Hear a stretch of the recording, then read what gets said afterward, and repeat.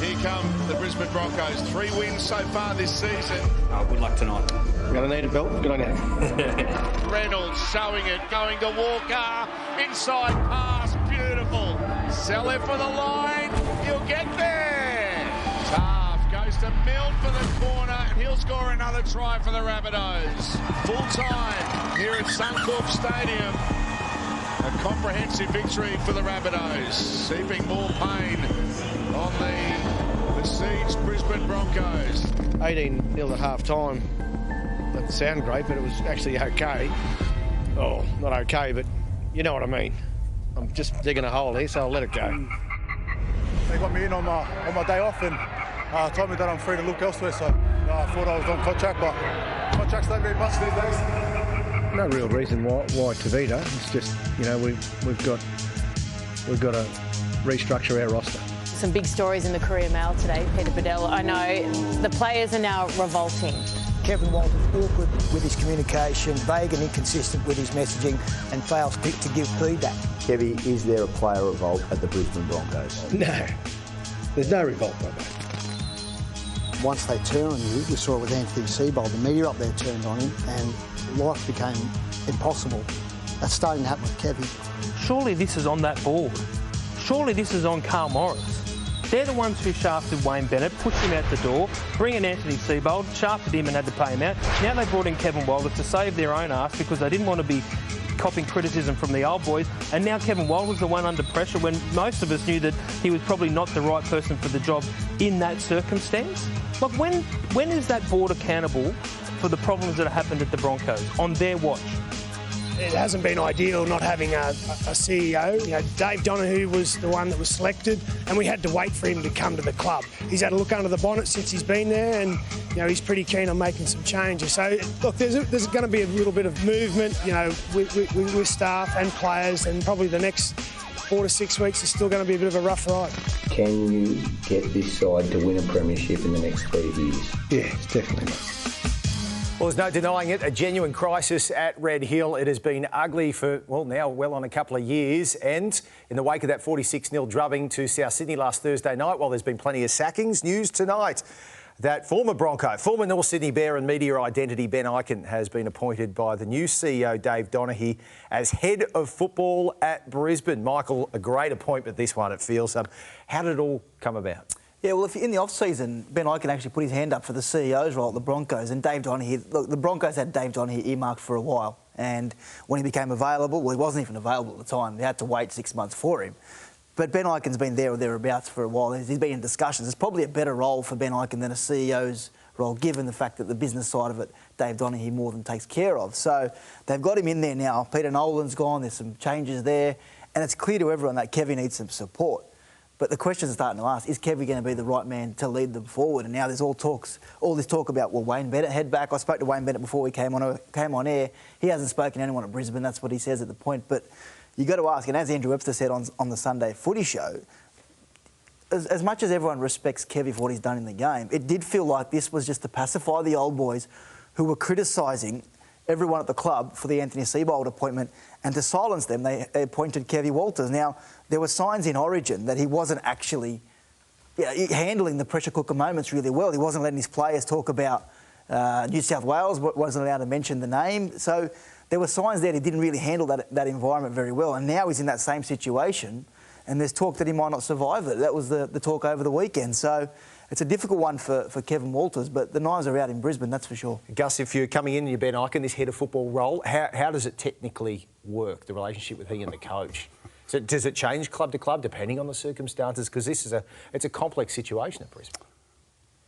Well, what Ben Ikin is walking into is a club that has tremendous resources, outstanding resources, probably the best in the league, easily the most financial club in the league. Many years ago, the game made certain decisions, and the New South Wales Rugby League and QURL were responsible for these decisions that have been to the detriment of a number of clubs throughout the league, and to the detriment of our game, in fact, which is eventually affecting our origin football. And the Broncos, for some reason, got away from being the Broncos and what had sustained the Broncos for a long period of time. And you are seeing the cost of that now.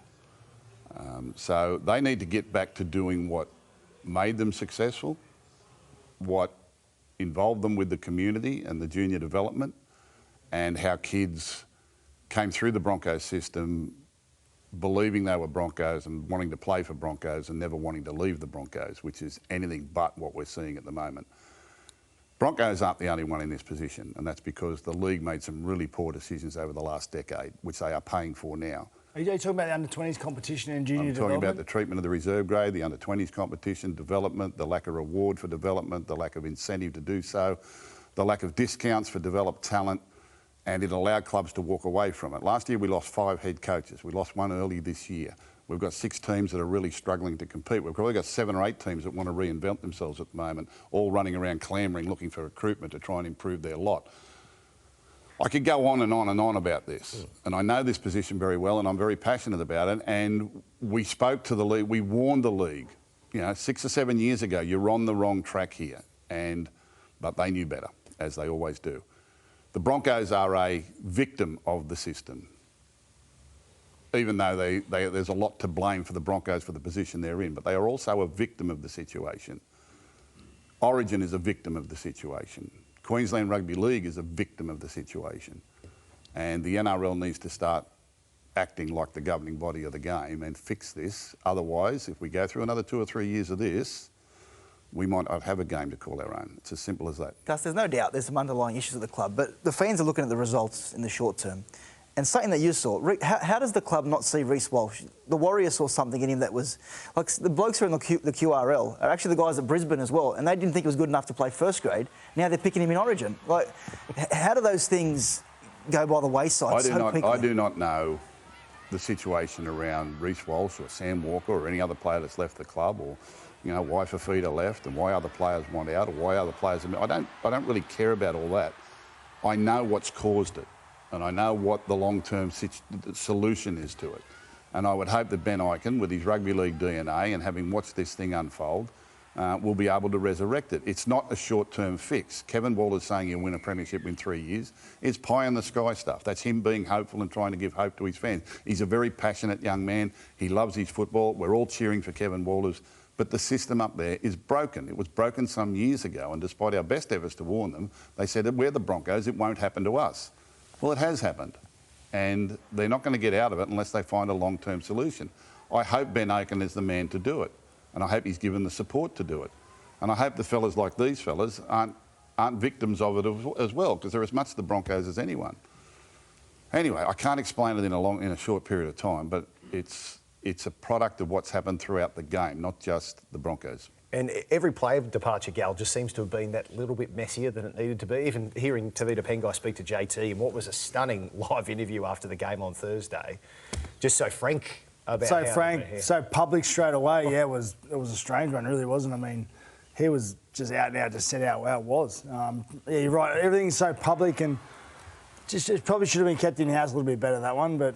Anyway, it wasn't, and he was obviously upset about it and spoke about it on the field straight after a game, you know, when emotions are raw and things come out probably not the way they should, but that's the Broncos at the moment. They're in all sorts. They're all over the place in every area, and you know, I don't know what's going to fix it, but I can't see anything turning around in the short term. What about as far as is Kevy in genuine trouble as far as his job goes? And when does the question start to be asked of the board then, and what they do? Well, I think the questions have to be asked of the board, and whether this appointment was designed just to pacify people, because it feels that way. And Kevy, look, reality is whether there's a revolt or not. The results are showing, and a lot of people are arguing they're going backwards. And that roster's not that bad. Like, am I seeing things like there are players in that team that the teams in the bottom side. There's talent in that roster. They just can't play as a team. Well, look at the Tigers would kill for one of those players. You're talking about Katoni Staggs, Pangai Jr. Like there's enough talent in that football team, but it just seems like something else is wrong up there, and who knows where it's going to end up. It doesn't look like it's going to fix anytime soon.